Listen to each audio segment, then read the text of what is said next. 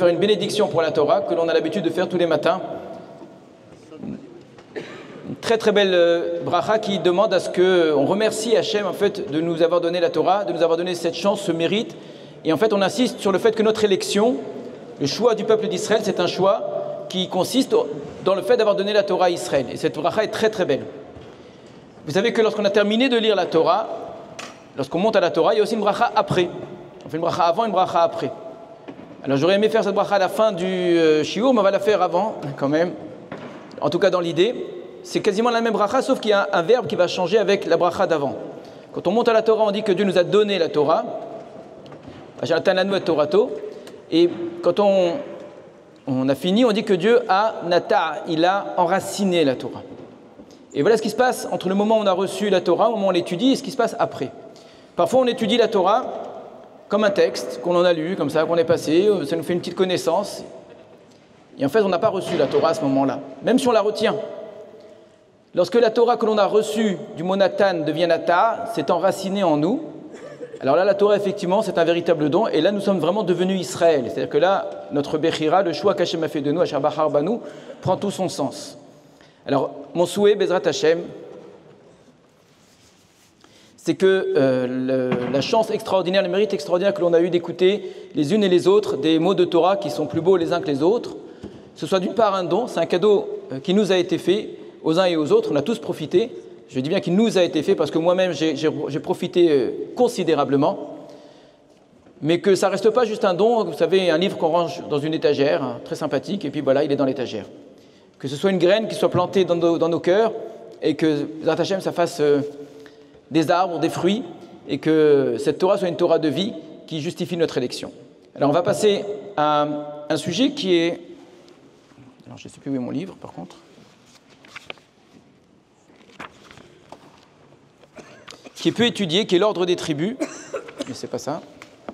Hop. Voilà, il me faut quand même mes notes. Désolé. Voilà, c'est bon. Voilà, donc tout à la fin, en page 64-65.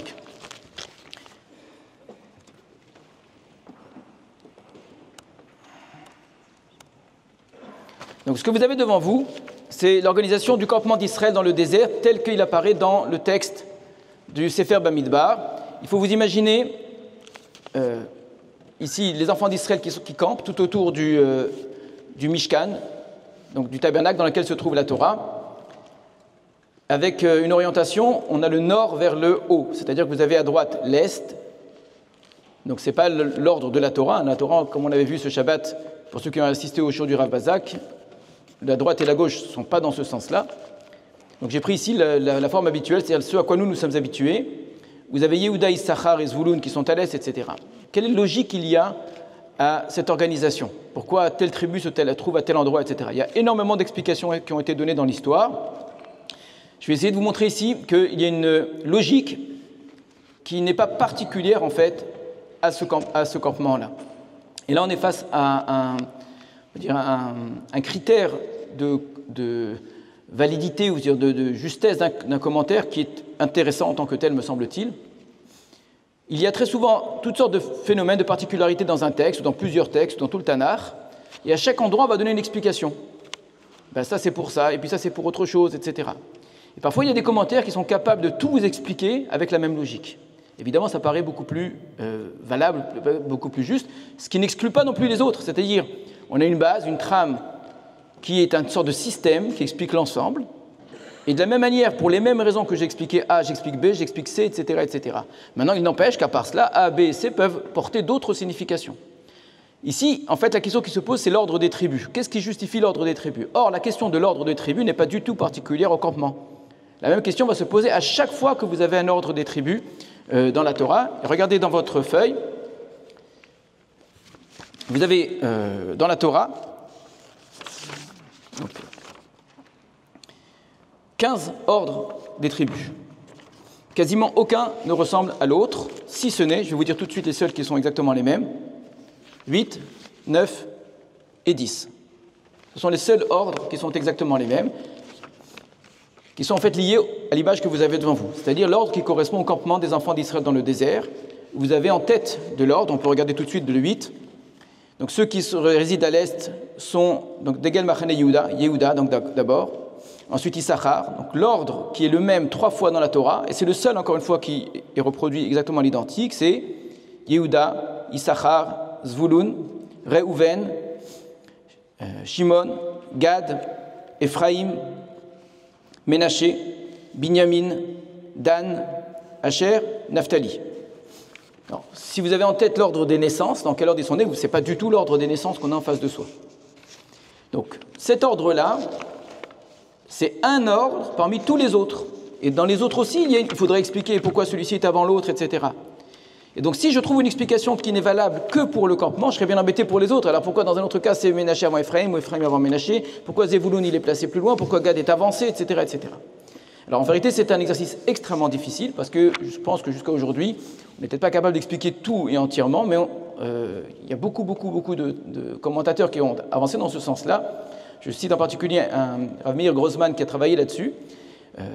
Mais ça va nous permettre d'aller encore plus loin que ce qu'il dit, puisque on va retrouver la même question de l'ordre des tribus une fois qu'on va rentrer en Eretz Israël. Quand on va rentrer en Eretz Israël, il va falloir partager la terre d'Israël selon les tribus. Et là aussi, pourquoi telle tribu se trouve à tel endroit, telle tribu se trouve à tel endroit. Et vous trouverez là encore des explications ponctuelles. Parce que la bénédiction de Yaakov est liée à la mer pour un tel. Donc il faut qu'il soit à côté de la mer, d'accord? Bon, il pourrait être plus juste, plus au sud, etc., etc. Donc, si on arrive à trouver une explication qui va depuis le début de la Torah jusqu'au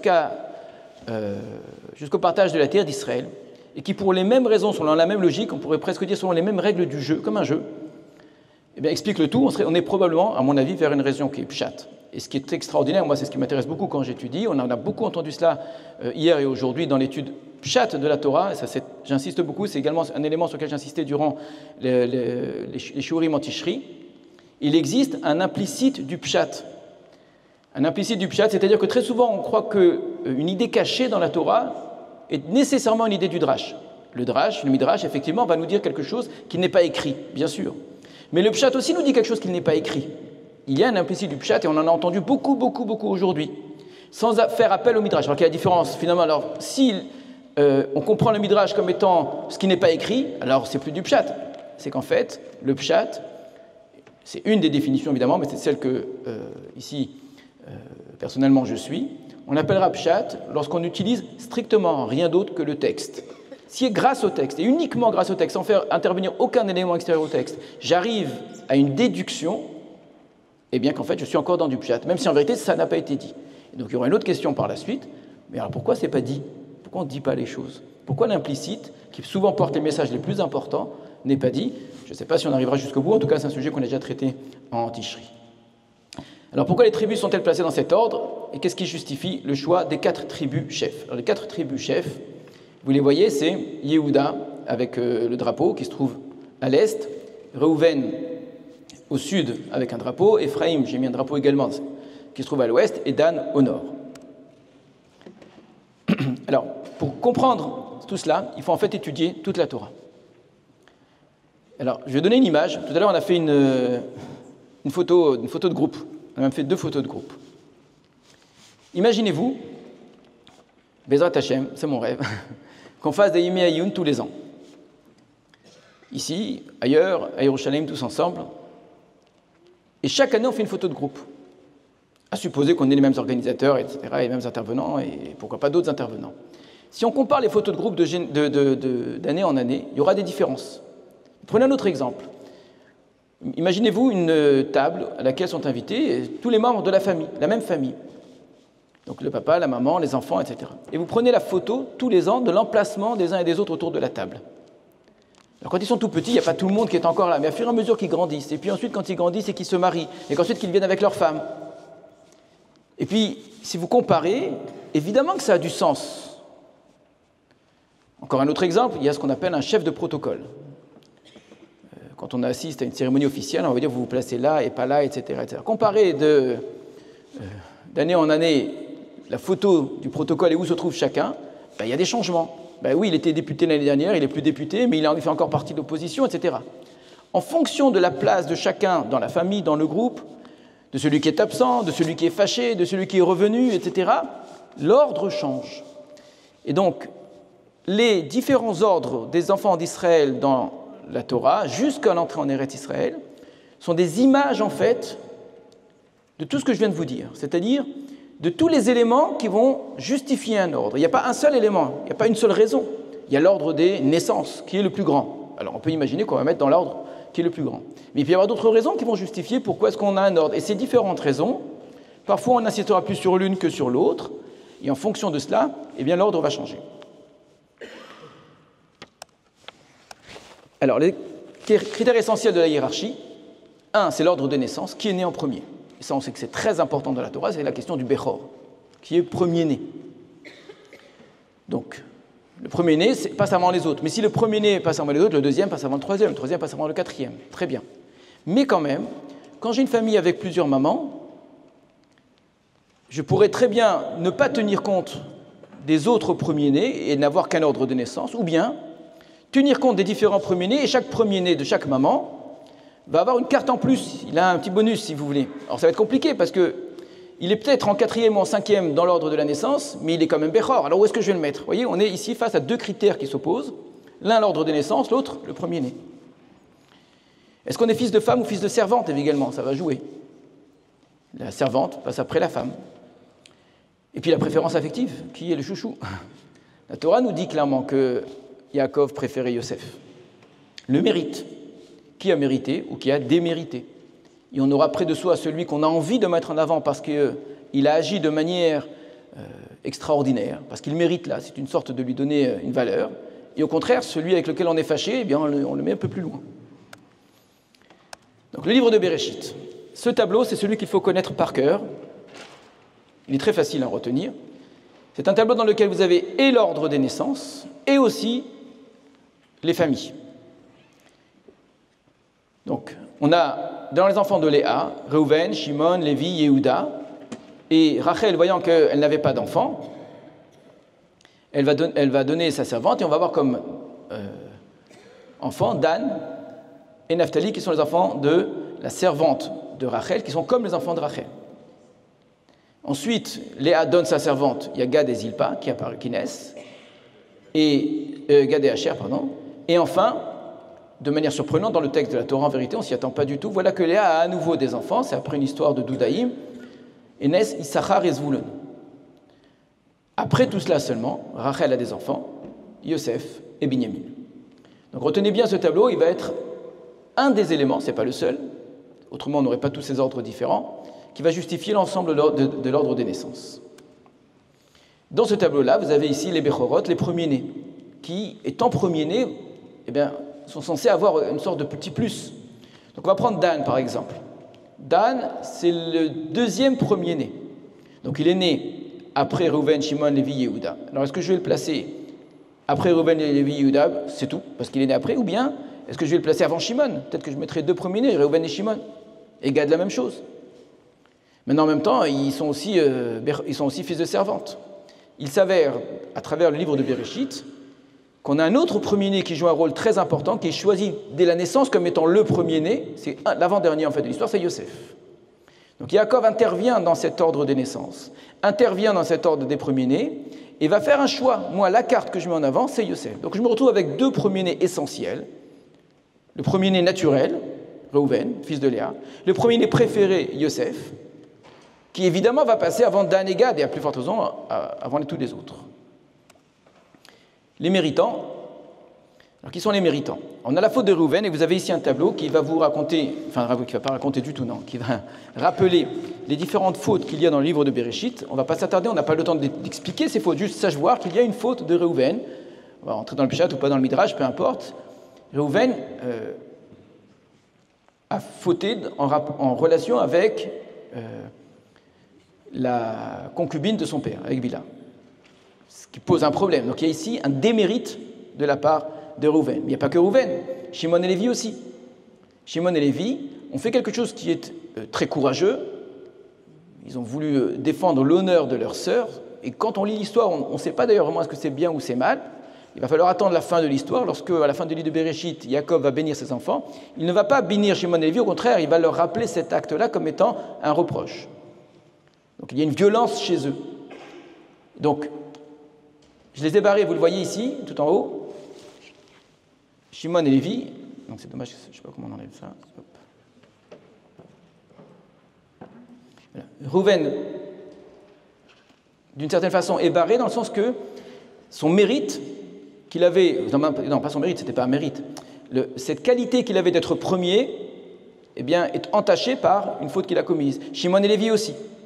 On se retrouve avec le personnage de Yehuda, que même s'il n'avait rien fait, eh bien, de fait, sans rien faire, il se retrouve quelque part en tête. En tout cas, à égalité avec ceux qui l'ont précédé. Maintenant, Yehuda aussi a fauté. Pourquoi il a fauté, Yehuda? C'est lui qui a vendu son frère. J'ai mis même au pluriel parce que si on lit bien le texte de Yehuda et Tamar, on sent bien que la Torah ne nous raconte pas l'histoire de Yehuda et Tamar uniquement comme, pour nous expliquer comment il a eu des enfants. Il y a un reproche qui est fait à Yehuda, et il le dit, Tzadeka Mimeni, elle était plus juste que moi. Donc il y a quelque chose ici d'un manque de tzedaka, de justice de sa part. Donc les 4 premiers, on nous raconte ici, je dis, des démérites. À l'inverse, il y a aussi un mérite de Yehuda. C'est lui qui va être prêt à se vendre comme esclave, à être donné comme esclave à Yosef pour sauver Binyamin. C'est lui qui va prendre les choses en main. On sent bien que c'est lui qui sauve la famille. Il y a Yosef qui va sauver toute la famille aussi. Et enfin, donc, il y a les choix de Yaakov avant de mourir. Quels sont les choix de Yaakov avant de mourir? Alors regardez, on va reprendre notre feuille.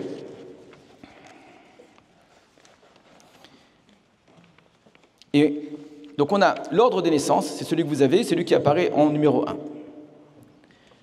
Vous avez, à un moment, la Torah va faire le compte des enfants d'Israël, pas le compte, une première liste des enfants d'Israël. Et elle nous fait la chose suivante. Donc je suis en numéro 2, les enfants de Yaakov sont au nombre de 12. Les fils de Léa sont l'aîné de Yaakov, Réhouven, Shimon, Lévi, Yehuda, Issachar et Zvouloun. C'est l'ordre des naissances, mais uniquement la famille de Léa. Donc c'est l'ordre de naissance, sauf qu'on a sauté tous les autres avant d'arriver à Issachar et Zvouloun. La raison, elle est dite dans le texte. C'est que je veux te parler des enfants de Léa. Donc je l'ai fait dans l'ordre. Ensuite, Béné Rachel. Donc on saute Dan, Naphtali, Gad, Asher et on passe au fils de Rachel. C'est logique parce que ce qu'on veut vous faire, encore une fois, c'est d'abord les mères et ensuite les servantes. Et pourquoi d'abord Léa avant Rachel? Parce que c'est non seulement l'ordre des naissances en fonction des mères et des servantes, mais c'est l'ordre des naissances en fonction des mariages. Il a d'abord été marié à Léa avant d'être marié à Rachel. Et ensuite, on a les enfants de Bilha, la servante de Rachel, Dan, Naphtali, c'est dans l'ordre.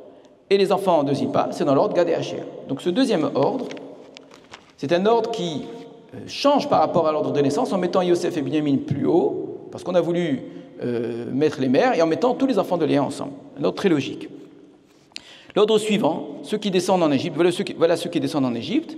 On a Réhouven, numéro 1, Shimon, numéro 2, Lévi, numéro 3, Yehuda, numéro 4. Après, on a Issachar, numéro 9. C'est pas étonnant, encore une fois, c'est ce qu'on a vu juste avant, c'est-à-dire les enfants de Léa. Et Zvouloun, tout va très bien.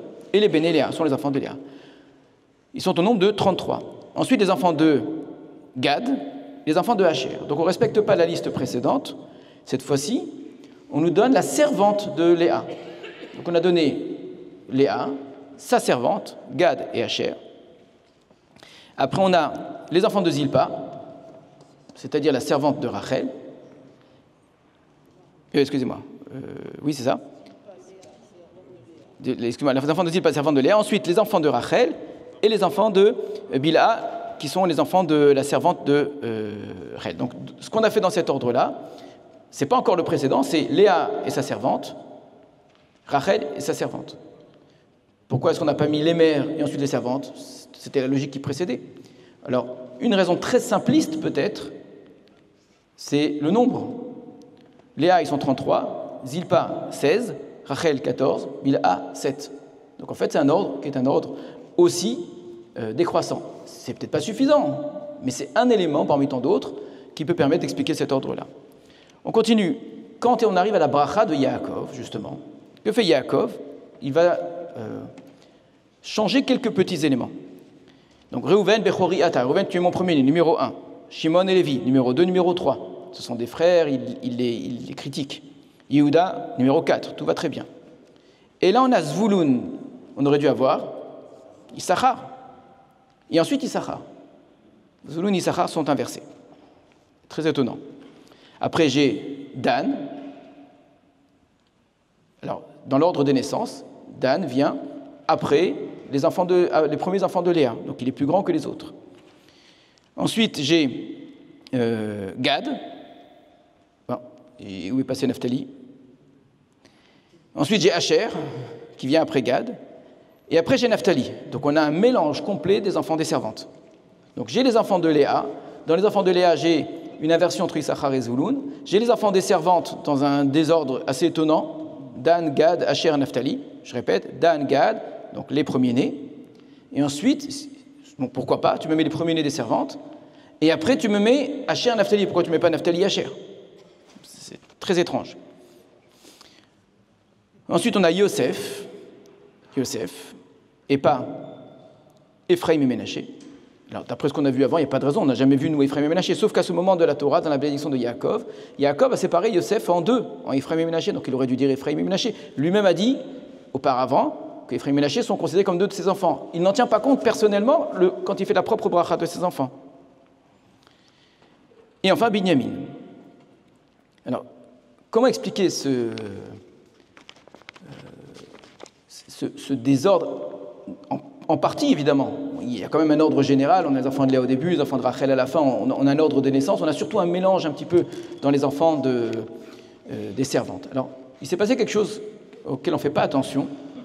Mais quand Yaakov va voir Esav, il y a écrit qu'il va placer ses enfants et les mères devant Esav, et qu'ensuite ils vont se prosterner. Et dans les deux cas, c'est-à-dire et quand il les place et quand il se prosterne, on va entendre une distinction dans la façon de présenter les mères et les enfants entre les servantes et les mères. Quand il commence d'abord par les servantes, il a placé les servantes et leurs enfants en premier. Et après, on aurait dû avoir, d'après ce qu'on vient d'entendre, on aurait dû avoir et les femmes et leurs enfants en dernier. Or, on a Vet Léa Viladea Acharonim, Vet Rachel Viladea Acharonim. Donc, quand il s'agit des servantes, on fait un groupe, les servantes, et on n'a pas, il a placé Bilha et ses enfants, Zilpa et ses enfants, Léa et ses enfants. Il se produit exactement la même chose quand finalement ils vont toutes se prosterner. On va dire que les mères et les enfants se sont prosternés, Léa s'est prosternée et Yosef et Rachel sont prosternés. D'accord? C'est-à-dire que Yaakov crée une sorte de mélange entre les servantes. Et on voit que dans sa bracha, ça apparaît. Dans ce mélange-là, il met les premiers-nés au départ, et pour bien créer une sorte d'entité qui est les enfants des servantes, il inverse Asher et Naphtali. Ce qui est plus difficile à comprendre, dans le pshat simple, c'est pourquoi Zvouloun et Issachar ont été inversés. Alors, les Midrashim vont évidemment s'engouffrer là-dedans pour dire qu'il y a un accord entre Issachar et Zvouloun, mais bon, encore, on se rappelle, on n'est que dans Bereshit encore. Cet renversement est très difficile à expliquer dans le pshat. On continue. On avance sur ceux qui viennent en Égypte. Voici les enfants, le nom de ceux qui viennent en Égypte. On a Reuven, Shimon, Lévi, Yehuda, Issachar, Zvouloun. Ce sont les enfants de Léa. Donc il met les enfants de Léa. Binyamin, on n'a pas Yosef. Pourquoi? Parce que Yosef est déjà en Égypte. Et on reprend Dan, Naphtali, Gad, Asher. Donc on a un découpage très clair qui respecte l'ordre des naissances, qui respecte l'ordre des mères, sauf Rachel, qu'on a placé les mères avant les servantes. On va avoir le prochain ordre qui est très important, les chefs de tribu. Où est-ce qu'on parle des chefs de tribu? Au début du livre de Bamidbar, quand il s'agit de compter les enfants d'Israël. Donc voici le nom de ceux qui vont se tenir avec vous, donc avec vous, Moshe et Aaron, pour compter les enfants d'Israël. Donc le compte va se faire avec Moshe, Aaron et les princes des tribus d'Israël. On commence par Reuven, numéro 1, Shimon, numéro 2, Yehuda, il manque Lévi.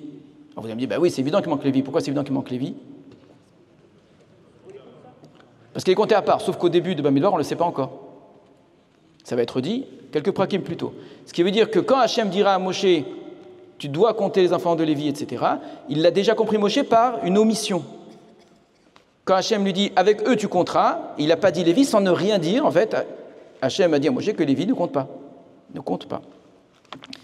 Donc, pour les enfants de Juda, donc on a sauté Lévi. Par contre, on a quelque chose de très bizarre, c'est, donc je reprends, Reuven, Shimon, Yehuda, ça marche, Issachar, Zvouloun, là on les a remis dans l'ordre, et on a pour les enfants de Yosef, Ephraim et Ménaché. Ephraim avant Ménaché. C'est normal, puisque c'est ce qu'avait fait Yaakov en croisant les bras, il avait placé Ephraim et Ménaché. Donc on respecte ce que Yaakov avait fait. Ensuite Binyamin, donc on a respecté l'ordre des naissances avec l'ordre des mères. D'abord Léa, ensuite Rachel. Et après on a, regardez bien, Dan, Asher, numéro 5, numéro 8, Gad, Naphtali. On a croisé. Qu'est-ce qu'on est en train de faire à nouveau? Exactement ce qu'avait fait Yaakov, on mélange les servantes, avec un autre mélange. On avait un premier mélange, c'était les Bechorot d'abord, et les deuxièmes ensuite qu'on mélange. Cette fois-ci, on mélange complètement. Le numéro 1 est le dernier des servantes, le numéro 2 est... Donc c'est une façon à chaque fois de mélanger les servantes, et chaque fois, vous verrez, c'est pas, si je vous le dis d'avance, on va tout le temps mélanger les servantes, les enfants des servantes.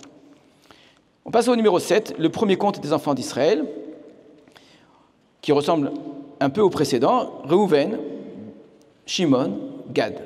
Donc on a numéro 1, numéro 2, numéro 7. Qu'est-ce que vient faire le numéro 7 ici? Alors en fait ça s'explique, puisque ce compte-là va servir de base à l'emplacement des enfants d'Israël autour du Mishkan. Or, Gad est placé avec Reuven et Shimon. On ne l'a pas expliqué pourquoi, mais c'est un fait.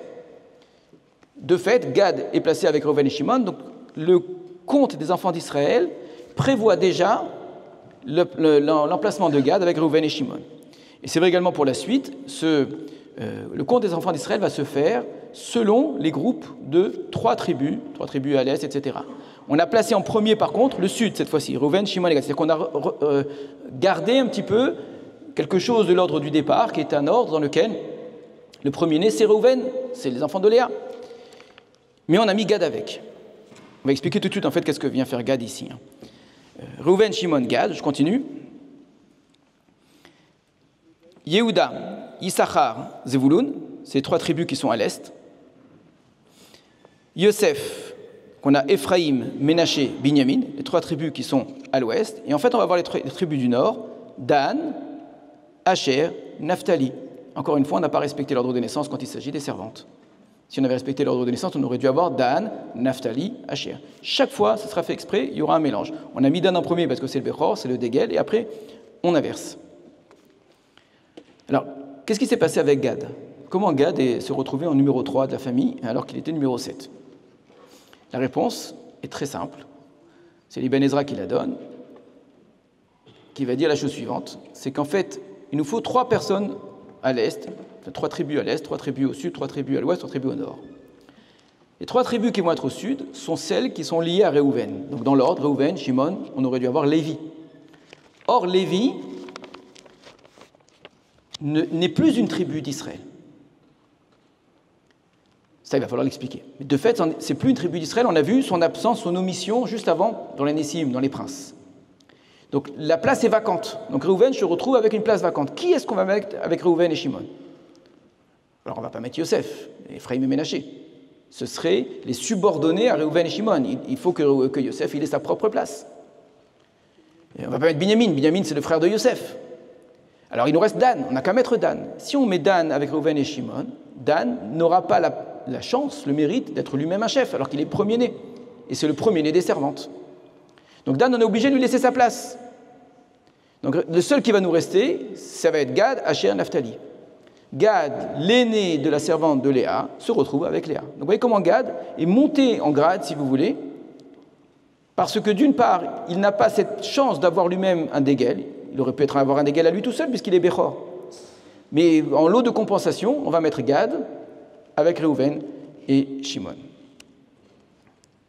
Donc, on a vu que le choix de Yaakov avant de mourir, ça a été de créer la tribu d'Ephraïm et Ménaché à la place de Yosef, de placer Ephraïm avant, et donc de se retrouver à la fin du livre de Bereshit avec comme 2 tribus chefs, c'est dans les brachot de Yaakov, Yehuda et Ephraïm.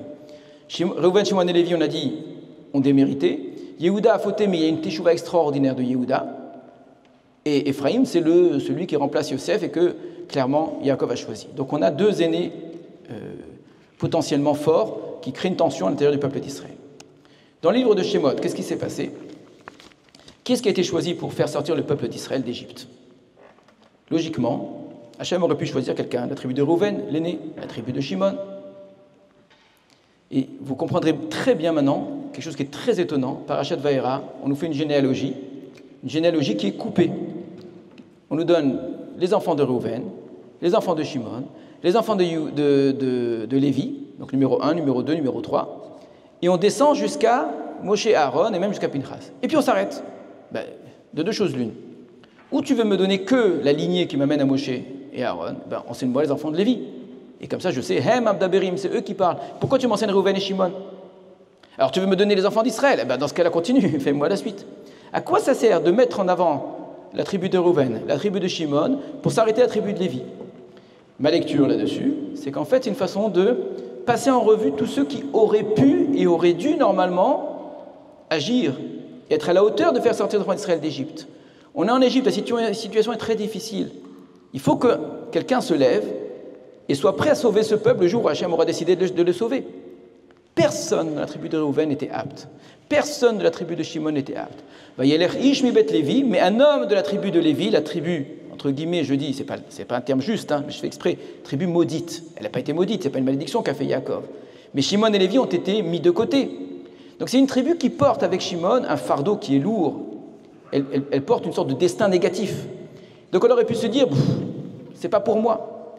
Et peut-être, j'en sais rien, mais peut-être c'est ça qui s'est passé dans la tête de la tribu de Reuven, la tribu de Shimon, la tribu de Lévi. Ce sont les trois tribus qui, dans les brachot de Yaakov, donc quand on est descendu en Égypte, on est descendu avec un sentiment d'être infériorisé en tout cas par Yaakov, et peut-être qu'on l'a mérité, effectivement, on s'est mal comporté. Qu'est-ce qu'on fait quand on est chargé négativement? On a fait quelque chose de mal, et c'est dur à porter cela. Alors être celui qui va diriger, donc on porte ce défaitisme-là, et qui en plus, si Yaakov il a dit qu'on n'est pas là, qu'on mérite pas, on ne mérite pas. Eh bien, Lévi va aller contre ce destin-là. Voyez, l'Erish Mibet Lévi, il est sorti, et là je fais un midrash que j'invente complètement, il est sorti, pas simplement Beatzat, le mot Vayeler est très étonnant, Beatzat Bito, il est sorti de ce défaitisme-là. Il est sorti de cette malédiction qui était celle de Reuven et Shimon, et lui aussi avec. Et qui dit, on n'est pas obligé de vivre avec ça tout le temps. On peut transformer ça, on peut sublimer cela. Si notre Père a décidé que nous ne soyons pas des vraies tribus comme les autres, qu'on soit dispersés, autant en faire quelque chose de bien. Et donc Lévi va être la tribu de Moshe, et pas que de Moshe, de Myriam et de Aaron. Et donc on a ici des personnages extraordinaires qui sont les parents de Moshe, le père qui fait quelque chose, la mère qui fait quelque chose, la sœur qui fait quelque chose, le frère qui va jouer un rôle important. Ces personnages-là vont, j'ai dit sublimer, vont renverser ce qui était je vais faire simple, la malédiction du père. Maintenant, ce qu'a dit Yaakov ne peut pas disparaître, on ne va pas l'effacer. On va faire que de quelque chose qui était fait pour disperser cette tribu qu'elle n'ait pas sa place, on va en faire une bracha. Elle n'aura pas sa place, ce ne sera plus une tribu, comme a dit Yaakov, mais pas en rabaissant la tribu, en l'élevant au contraire, en la mettant autour du Mishkan. Et c'est la raison pour laquelle la place est vacante. Et que la place étant vacante, on va mettre Gad à la place. Donc là aussi, quand il va choisir donc les Kohanim vont être pris de cette tribu-là. Il va y avoir un autre mérite de la tribu de Lévi, quand il va y avoir la faute du veau d'or. Je ne sais plus pourquoi ça ne marche plus. Hop. C'est que les premiers-nés de chaque famille auraient dû servir au Mishkan. Et là aussi, les premiers-nés ayant démérité dans toutes les tribus d'Israël, c'est la tribu de Lévi qui est venue à l'appel de Moshe. Donc on voit comment la tribu de Lévi force le destin. Elle pousse un petit peu les choses, et alors qu'elle aurait dû mettre en arrière, elle reprend le dessus. On va revenir juste en arrière, pardon. Donc la tribu de Lévi a montré que l'on peut ne pas vivre son destin comme une fatalité malheureuse, mais au contraire le sublimer. Voilà. Donc comment on va mettre de l'ordre dans toutes ces tribus-là? C'est ce qu'on a vu là autour du Mishkan. Une tribu doit entourer le Mishkan. 12 tribus doivent être placées autour en 4 groupes de 3 tribus, à chacun des 4 points cardinaux, avec une tribu chef. Donc le placement des tribus va se faire la chose suivante. Les 3 familles de Lévi vont entourer le Mishkan et la famille des Kohanim va être à l'est. Et les 12 tribus qui vont être placées en 4 groupes vont être selon les Bechorot, selon les premiers-nés. Donc on aura, évidemment, si on regarde ce dessin-là, 5 premiers-nés. Comment c'est possible 5 premiers-nés avec 4 familles? On a Reuven, Gad, Dan et Ephraïm, qui sont des premiers-nés ou des faux premiers-nés. Ephraïm a remplacé Ménaché. Mais Yehuda aussi est un premier-né. On a dit parce que son père l'a choisi comme premier. Comment mettre 5 personnes autour d'un Mishkan avec 4 points cardinaux? On a dit, ça va nous permettre de déplacer la tribu de Gad. Là, ici, les quatre tribus. On va aller un peu plus vite. Hop.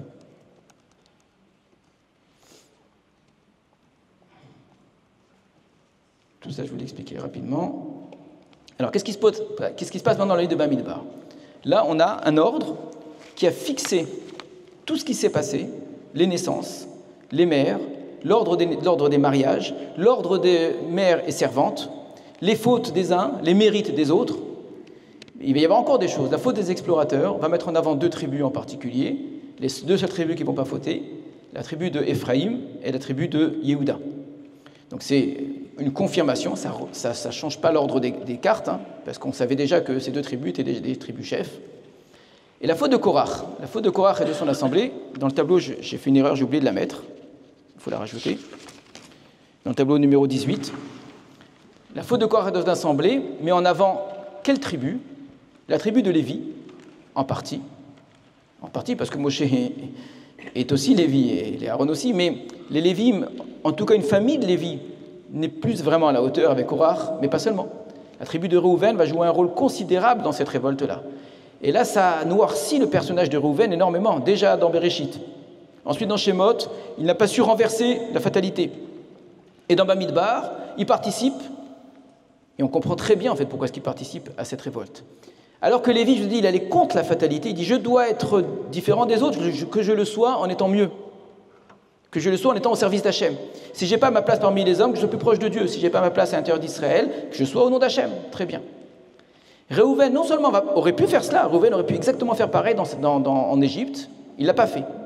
Et voyant petit à petit sa place mise de côté, il a compris dans l'ordre du campement que même s'il est une tribu chef, et là on n'a pas le temps de le faire, mais regardez dans l'ordre de la marche, il n'est plus du tout en tête.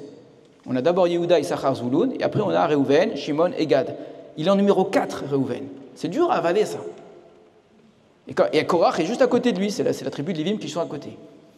Donc on a la faute de la tribu de Réhouven. Réhouven, petit à petit, poursuit ce chemin, je dis, de déplacement, de séparation. La faute de Baal Péor, c'est encore la faute de Réhouven. Excusez-moi, cette fois-ci c'est Shimon, je me suis trompé, excusez-moi. Cette fois-ci c'est la tribu de Shimon. Réhouven n'a pas sublimé, Shimon n'a pas sublimé. Et enfin, on arrive à la fin du livre de Bamidbar, où les tribus de Gad et de Réhouven vont voir Moshe et disent « On veut notre territoire ici, pas la peine d'entrer en Eretz Canaan. » Pourquoi Réhouven et Gad?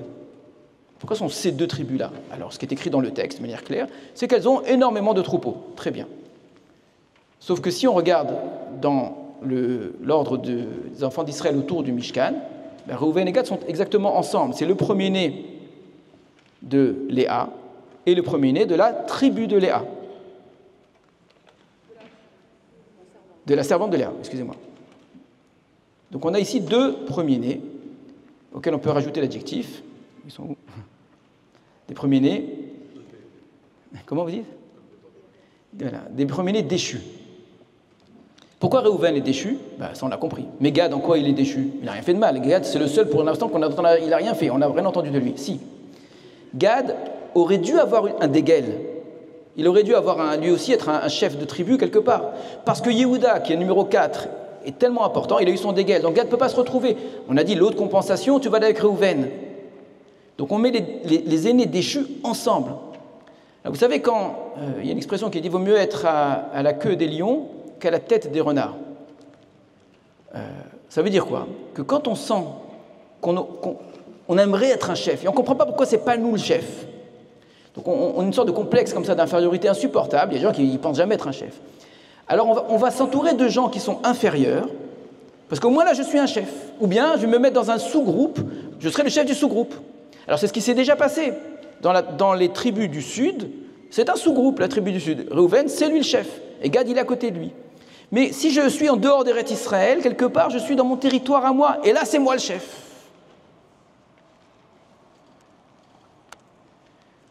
Alors, qu'est-ce qui va se passer? Donc, les Lévi'im sur la terre d'Israël n'auront pas de territoire. C'est clair. Pourquoi Shimon ne s'est pas associé avec Réhouven et Gad pour avoir un territoire de l'autre côté du Jourdain? Lui aussi faisait partie du groupe de 3. Si déjà, Shimon qui a fauté avec Baal Péor, on se serait très bien attendu à ce que Shimon décide de venir avec Reuven et Gad, de dire moi aussi je veux un territoire. Shimon n'a rien demandé. Comment ça se fait que Shimon lui n'a pas demandé un territoire s'il s'agit alors d'abord c'est pas un premier-né déchu, mais dans un certain sens oui, puisqu'on avait dans l'ordre Reuven, Shimon, Lévi, il est avant Yehuda. Il ne fait pas ce choix-là. Peut-être que pour la première fois Shimon qui porte le poids de cette fatalité et qui sait que lui n'aura pas de vrai territoire en Eretz Israël jamais. J'ai pas de territoire. Mais si en plus je vais de l'autre côté du Jourdain, qu'est-ce qui va me rester? Comme me mélanger avec le peu de gens, Shimon a eu l'intelligence ici de ne pas s'associer avec Reuven et Gad. Et là, je vais vous dire quelque chose que j'ai vu écrit nulle part. Parce qu'on a tellement les midrashim en tête. Parce qu'il y a une question qui est énorme, énorme dans le texte. Reuven et Gad ont demandé. Moshe est très en colère contre eux. D'accord? Donc, Moshe a du mal à accepter ça, semble-t-il. Mais voilà qu'au moment de leur donner, Moshe va rajouter la demi-tribu de Ménaché. Ben, attends, je ne comprends pas. Si c'est mal, pourquoi tu rajoutes quelqu'un qui t'a rien demandé en plus? Et on l'a entendu hier chez le Rav Bazak, la tribu de Ménaché représente l'amour d'Eretz Israël, l'envie d'entraîner Eretz Israël à travers les filles de Tselophrad. Donc, qu'est-ce qui t'a fait Ménaché? Et pourquoi une demi? Enfin, tout est bizarre, pourquoi demi, etc. La réponse est très simple, me semble-t-il. On met tous les aînés déchus d'un côté. Ménaché, c'est un aîné déchu par excellence, on ne peut pas faire pire. Mais il se passe la même chose entre ce qu'a fait Yaakov et ce que fait Moshe, alors que Yaakov et que Ephraim et Ménaché n'ont rien dit, n'ont rien fait, il ne s'est rien passé, on ne connaît rien de leur histoire, sans explication, change l'ordre, et Ménaché ne dit rien, il accepte. Moshe prend une partie de Ménaché et le met de l'autre côté, et Ménaché ne dit rien, il accepte. Ménaché, c'est un aîné qui perd sa place et qui accepte de perdre cette place. Mais ce n'est pas juste. Alors comme ce n'est pas juste, je ne prends qu'une demi. Il n'y a pas de raison de faire perdre à Ménaché. Et d'ailleurs, les filles de Tselophrad seront à l'ouest, en Eretz Kenan, et pas à l'est. C'est là-bas que sera le territoire des filles de Tselophrad. Donc, on a ici une partie à l'est d'Israël qui sont les aînés déchus.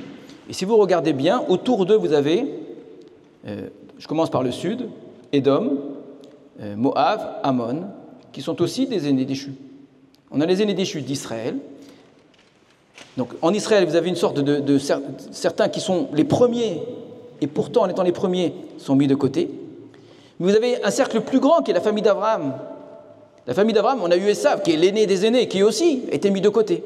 C'est l'autre noyau encore. Donc si je viens de l'extérieur d'Eretz Israël vers Eretz Israël, j'ai l'histoire vraiment de Bereshit qui est en train d'écrire. On a les premiers-nés de l'histoire qui sont les premiers-nés d'Abraham, Édom, Ammon et Moab, les enfants de Lot, qui étaient là normalement pour être les premiers dans l'histoire d'Abraham. Et petit à petit, on a Reuven, Gad, qui sont aussi des premiers-nés mais qui n'ont pas leur place, et Ménaché. Et on arrive, comme c'est en Sefer Bereshit, à Eretz Kenan à l'intérieur. Oui.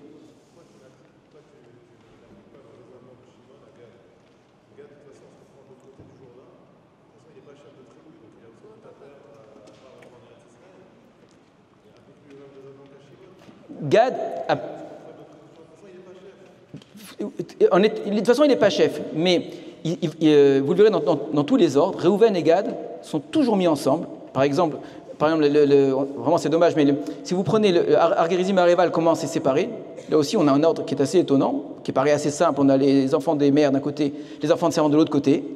Maintenant, c'est pas possible, parce que les enfants des mères, j'ai 6 enfants de Léa, j'ai 2 enfants de Rachel, ça me fait 8. Donc je vais mettre les enfants des mères, sauf Reuven et Zvouloun. Le premier et le dernier, les enfants des mères. Pourquoi? Parce que Zevouloun, c'est le dernier. Étant le dernier, je te mets avec les autres, tant pis. Et Reuven, à cause de toutes les fautes qu'il a commises, et parce qu'on ne peut plus, à partir de là, découper Reuven et Gad. Reuven et Gad, depuis le moment où ils ont été mis dans le sud, dans le Machané, ils créent quelque chose de fort. Shimon ne veut pas ça. Il a été mis là, mais il ne veut pas de ça.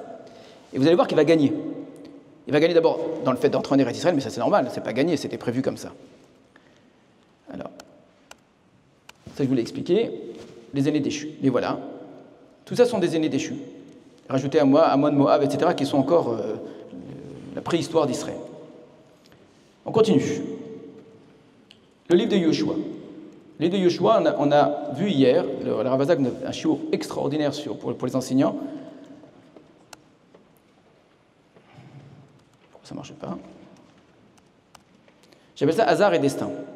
Hasard, pourquoi je dis hasard? Jusqu'à présent, il n'y avait aucun hasard, d'accord? Les naissances, c'est les naissances, d'accord? Je ne sais pas ce qui se passe. Bon. Voilà. Comment est-ce qu'on va placer les enfants d'Israël en Eretz Israël? Pourquoi c'est le hasard normalement? Parce que le texte nous dit que ça s'est fait bégoral. Le Goral, c'est le Goral, donc c'est le hasard. Sauf qu'on sait très bien que quand il y a un Goral dans le Tanakh, c'est jamais du hasard au sens où on l'entend. Goral, ça veut dire c'est le choix d'Hachem. Vous entendez bien? Quand au Goral, il y a Yona qui sort, c'est pas le hasard que ce soit Yona, d'accord? Quand c'est tombé, le Goral a fait que ce soit le 13e jour du 12e mois, c'est pas du hasard, au sens, ça aurait pu être ce jour-là comme un autre. Pas du tout. Le Goral, c'est une expression d'Akadosh Baruch Hu, très proche de la notion de Urim Vetumim, d'ailleurs. Donc, c'est le Goral qui va fixer l'emplacement des tribus d'Israël. Maintenant, regardez bien ce qui se passe. Comment on va les placer? Là aussi, il y a une question d'ordre. Alors pour ça, il faut connaître la géographie. Eretz Israël, c'est une bande de territoire entre le Jourdain et la mer, mais quand vous descendez au niveau de la mer Morte, je ne sais pas si vous voyez la flèche là, vous voyez ma flèche? Ça c'est le désert, c'est inhabitable. Donc, vous descendez en dessous de Beersheba, il n'y a rien. Donc je ne peux pas créer des territoires en bas, d'accord? Donc la zone habitable, elle commence à peu près à cet endroit-là. On a ici ce qu'on va appeler évidemment le désert de Yehuda. À partir de là, on a plusieurs territoires possibles. Vous avez un territoire qui longe la mer, d'accord, qui est une plaine. Vous avez une vallée ici qui est la vallée du Jourdain. Vous avez deux massifs qui sont des massifs montagneux. Alors des montagnes en Eretz Israël, c'est des collines en France, mais on appelle ça des montagnes. Il y en a deux, avec au centre un petit passage. Il est là en fait, le centre, il est ici. On voit un petit peu dans le dessin. Là, c'est un massif montagneux. Et là, vous avez un autre massif montagneux. Ce qu'on appelle aujourd'hui Yehuda et Shomron, évidemment. Et ici, c'est le passage entre la mer et la mer Morte. Et là, vous avez une vallée très importante, très riche, puisque là, c'est une montagne, c'est la montagne du Carmel. Là, c'est la vallée d'Israël. Et là, vous avez Haré Gilboa, les montagnes de Gilboa, le Galil, et au nord, le Hermon. Là, ça va monter beaucoup, beaucoup, beaucoup. Comment on va partager ça? On va faire des bandes droites, comme ça, avec un trait, ça n'a aucun sens. Ce sont des morceaux comme un puzzle, avec des montagnes d'un côté, une plaine de l'autre côté, etc. Donc il est impossible de placer toutes les tribus autour du Mishkan comme dans le désert. L'idée, c'est de placer tout le monde autour de la Torah. Le centre du Ham Israël, c'est la Torah. Or ici, on n'est pas dans une zone inhabitée, plate, avec 4 points cardinaux. C'est impossible de faire cela. Et à part cela, Reuven, Gad et Ménaché ont déjà reçu leur territoire. Donc ils vont changer ce qui était prévu en fait. Il y a quelque chose qui était prévu si on était entré en Eretz Israël. Et c'est pas ça qu'on va voir à la fin. Donc seules les tribus chefs. Donc, quelles sont les tribus chefs, rappelez-vous? Reuven, Yehuda, Dan et Ephraïm. Donc on va pas pouvoir mettre tout le monde autour de ce qui sera beaucoup plus tard, des siècles plus tard, Hamakom Asher Yifrach Hashem, l'endroit qu'Hachem va choisir. Il est où cet endroit qu'Hachem aura choisi? Prenez la mer Morte, tracez justement un trait à cet endroit qui est le passage, je vous ai dit, où on descend d'altitude par rapport aux deux massifs montagneux, ce sera Yerushalayim. Mettre 12 tribus autour de Yerushalayim, ce n'est pas possible. Mais mettre les 4 représentants de ces 12 tribus, c'est possible. J'ai déjà Reuven qui est juste là. Alors je vais placer maintenant Ephraïm, Yehuda et Dan.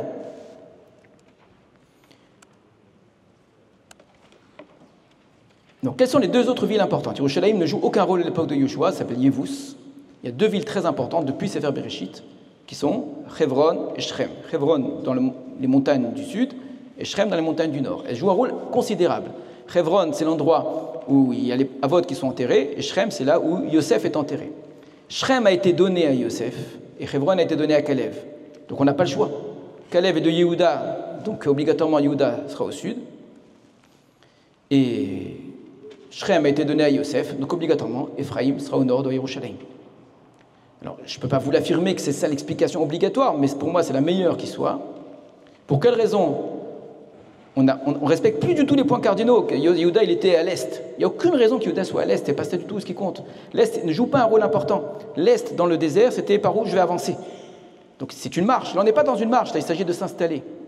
Étant donné que Hebron doit être à Kalev, que Shrem doit être à Yosef, je suis obligé de placer cela. Donc Reuven, il a déjà choisi sa place, il ne me reste plus qu'à placer Dan. C'est ce qu'on va voir rapidement. Donc Yehuda et Ephraïm, et obligatoirement Dan se retrouve là. Si Reuven n'avait pas demandé son territoire, qu'est-ce qui se serait passé? J'aurais dû faire de la place à Reuven, en Eretz Israël, juste à côté de la mer Morte. Vous voyez ici, ce petit territoire, c'est minuscule. Vous allez me dire, mais on ne peut pas mettre toute la tribu de Reuven ici. Ben, je vais vous répondre, on ne peut pas non plus mettre toute la tribu de Dan ici. C'est ce qui s'est passé. La tribu de Dan va aller voir Yoshua et dit, mais c'est quoi ce petit morceau que tu m'as donné? Et c'est vrai, c'est pas habitable. Et là, Yoshua va lui répondre, bah, tu sais quoi, va te chercher un autre endroit. Et donc il va aller se chercher un autre endroit, puisque tout le territoire va être habité, il va aller tout au nord, au sud c'est le désert, donc il n'y a pas où aller, donc on va aller tout au nord. Si Dan doit habiter tout au nord, parce qu'il n'y a pas de place, pourquoi Hachem ne lui a pas donné depuis le début? C'est très bizarre. À quoi ça sert de placer Dan dans une situation impossible, pour ensuite le placer au nord? Parce que ce que va dire Yoshua, c'est que il y a la théorie, tu dois être là, mais la pratique, évidemment que tu peux pas habiter là. Alors si c'est pas prévu, alors pourquoi moi je dois aller conquérir un endroit qui n'est pas d'Eretz Kenan? Enfin, c'est absurde. Réponse, c'est que d'un point de vue symbolique, tu dois être là. Après, où tu habites est une autre affaire. Symboliquement, tu es obligé d'être là. Pourquoi? Pour créer cet encadrement de Yerushalayim. C'est ce que vous avez ici. On a encadré Yerushalayim. Maintenant, encore une fois, nous ne sommes pas dans le désert. Tout doit être habité. Yerushalayim aussi doit être habité. Je ne vais pas placer le territoire du milieu par les Lévim comme c'était dans le désert, parce que ce serait donner un territoire aux Lévim. Or, les Lévim vont être placés partout. Donc, à qui je vais donner maintenant le territoire de Yerushalayim? Et ça, c'est une considération qui n'existait pas dans le désert. À quelle tribu je vais donner le territoire de Yerushalayim? D'après vous? Pourquoi? Quelle raison? Yedid Hachem, il est aimé d'Hachem. Donc, on utilise ici, encore une fois, les mots de Yaakov, effectivement, où il a dit depuis le départ qu'il est... Bien sûr que ça va jouer, comme plein d'autres choses vont jouer. Et est-ce qu'il y a une autre raison pourquoi ça serait Binyamin, d'après vous? Comment? Il est né en Eretz Israël, très bien. D'après certains, c'est ça le sens du mot Binyamin. C'est le fils de la droite. Yamin, on a dit, c'est Théman, c'est le sud. C'est le seul qui est né au sud, à droite, alors que les autres ont tous né au nord, en Mésopotamie. Le seul qui est né en Eretz Israël, celui qui est appelé l'aimé de Dieu. Mais ça, l'aimé de Dieu, en vérité, au moment dans le Bereshit, ou dans Dvarim, ça viendra beaucoup plus tard. Ce n'est pas encore le cas. Yedid Hachem, c'est la conséquence de ça, en fait. C'est celui qui a été choisi par Hachem pour avoir Yerushalayim. Mais pourquoi? Il n'a pas participé à la vente de Yosef, très bien. Très bien, donc c'est le seul qui n'est rentré dans aucune histoire. Les gens se battent pour lui. Il est au milieu, écoutez bien, de deux personnages très importants dans Bereshit, Yehuda et Yosef, ils se disputent Binyamin. Il est Ben Ketefav, entre les épaules, vous imaginez deux grands frères, et Binyamin il est au milieu. Et bien Ben Ketefav, au niveau géographique, le mot Katef est utilisé dans Sefer Yoshua, c'est une montagne. Il est entre les montagnes. Les montagnes qui sont au sud et au nord de Yerushalayim sont plus hautes que Yerushalayim. Donc on a de la géographie, de la géologie, d'accord, qui correspond exactement à la réalité de Binyamin entre les deux autres. Il représente le shalom, Binyamin. Yerushalayim ne peut être que celui de shalom. Il est rentré dans aucune histoire. Au contraire, il est la personne qui fait l'unification de Yehuda et de Yosef. Donc c'est pour ça qu'on a choisi Yerushalayim. C'est intéressant de voir qu'on n'a pas choisi celui qui était le plus spirituel, s'il y en avait eu un. On a choisi celui qui est le shalom. L'endroit où on va faire reposer Akadosh Baruch Hu, c'est l'endroit du shalom. Donc, on a dit, il nous reste à placer maintenant les autres. Shimon, où est-ce que je vais le mettre? Shimon, attendez, excusez-moi. Shimon sait qu'il n'a pas de territoire. Alors, il va avoir des villes dans le sud. Pourquoi des villes dans le sud? Pourquoi on n'a pas mis comme Lévi des villes partout? Réponse. Les villes partout, ça a un sens, c'est pour enseigner la Torah à tout le monde. Qu'est-ce que Shimon va faire là-bas? Pourquoi pas? Mais en fait, en mettant Shimon avec Yehuda, on fait remonter Shimon. Shimon qui n'a pas voulu aller avec Reuven et Gad, alors qu'il faisait partie du groupe de 3. Finalement, a gagné. Je vous ai dit, il a été presque récompensé. Quand tu seras en Eretz Israël, tu vas remonter de grade, tu vas te retrouver avec Yehuda. Et Yehuda et Shimon, maintenant, vont former un, ce qui n'était pas le cas jusqu'à présent. Shimon était très proche de Reuven. Ils vont former un, ils vont se battre ensemble. Et beaucoup plus tard, quand on aura le schisme, on aura la séparation entre le royaume de Yehuda et le royaume d'Israël, on dira toujours que le territoire de Yehuda, c'est Yehuda et Binyamin, mais en fait, c'est Shimon aussi. Donc, Shimon ne connaîtra pas l'exil. Donc, ici, Shimon a réparé pour la première fois ce qu'il avait fait dans Sefer Bereshit. Tribu de Ménaché, c'est pas compliqué, il suffit juste de mettre tribu de Ménaché de l'autre côté. Et c'est normal, puisque je monte vers le nord. Et ce qu'on va faire, c'est qu'on va monter vers le nord. Retenez bien, parce que grâce à ça, vous expliquerez toutes les ordres des tribus les plus difficiles et sur lesquels beaucoup de Mepharshim sont cassés la tête. À la fin de Sefer Bamidbar, on ne comprend rien dans quel ordre c'est. En fait, c'est des ordres qui sont liés, comment Moshe il bénit les tribus, etc. C'est l'ordre du sud vers le nord, ou en zigzag. Je passe de l'un à l'autre, comme ça je fais Yehuda, Reuven, Shimon, etc. etc. Quand j'ai Eretz Israël du sud vers le nord, eh bien j'ai une grande partie des ordres des tribus que vous avez à la fin de la Torah. Donc, On a placé Reuven, on a placé Shimon, on a placé Lévi, on a placé Yehuda, on a placé Ménaché, on a placé Ephraïm, on a placé Dan, et on a placé Gad également. Même Binyamin, on va dire, on le place, c'est Yerushalayim. Issachar et Zvouloun, dans l'ordre des naissances, ce sont les fils des mères. Ils sont nés, ce sont les fils des mères, donc ils sont, on a dit, en termes de grade, supérieurs à Asher et Naphtali, qui sont les fils des servantes. Ben, je les mets ensemble, Issachar et Zvouloun, juste au nord. Il nous reste 2 tribus, Naphtali et Asher. Et Dan, encore une fois, pourquoi Dan? Parce que, étant donné qu'il n'y a pas de place ici, il a choisi de se trouver un territoire, mais tout étant pris ici. Alors, regardez bien comment c'est très logique. Ça ne pouvait pas être autrement, en fait. C'est que Issachar et Zvouloun, dans l'ordre, ils sont nés les deux, un avec l'autre.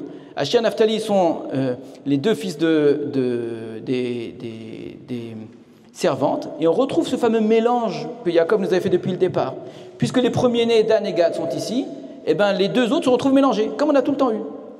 Voilà un exemple type. Je peux vous assurer que vous prenez une feuille, si vous avez bien en tête, vous ne pourrez jamais oublier la carte, ce n'est pas la peine de la prendre par cœur. Il y a des règles. Quand vous connaissez les règles, vous arrivez à refaire tout cela. Qu'Akadosh Baruch Hu nous donne la chance que toutes les tribus, toutes les couleurs, tous les styles du Ham Israël réussissent à trouver chacun leur place de manière qui soit la plus salutaire et la plus paisible possible, et qu'on puisse vivre en paix en Eretz Israël.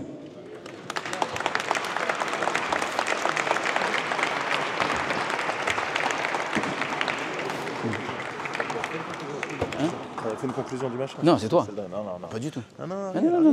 C'est toi. Pas après un shiur comme ça.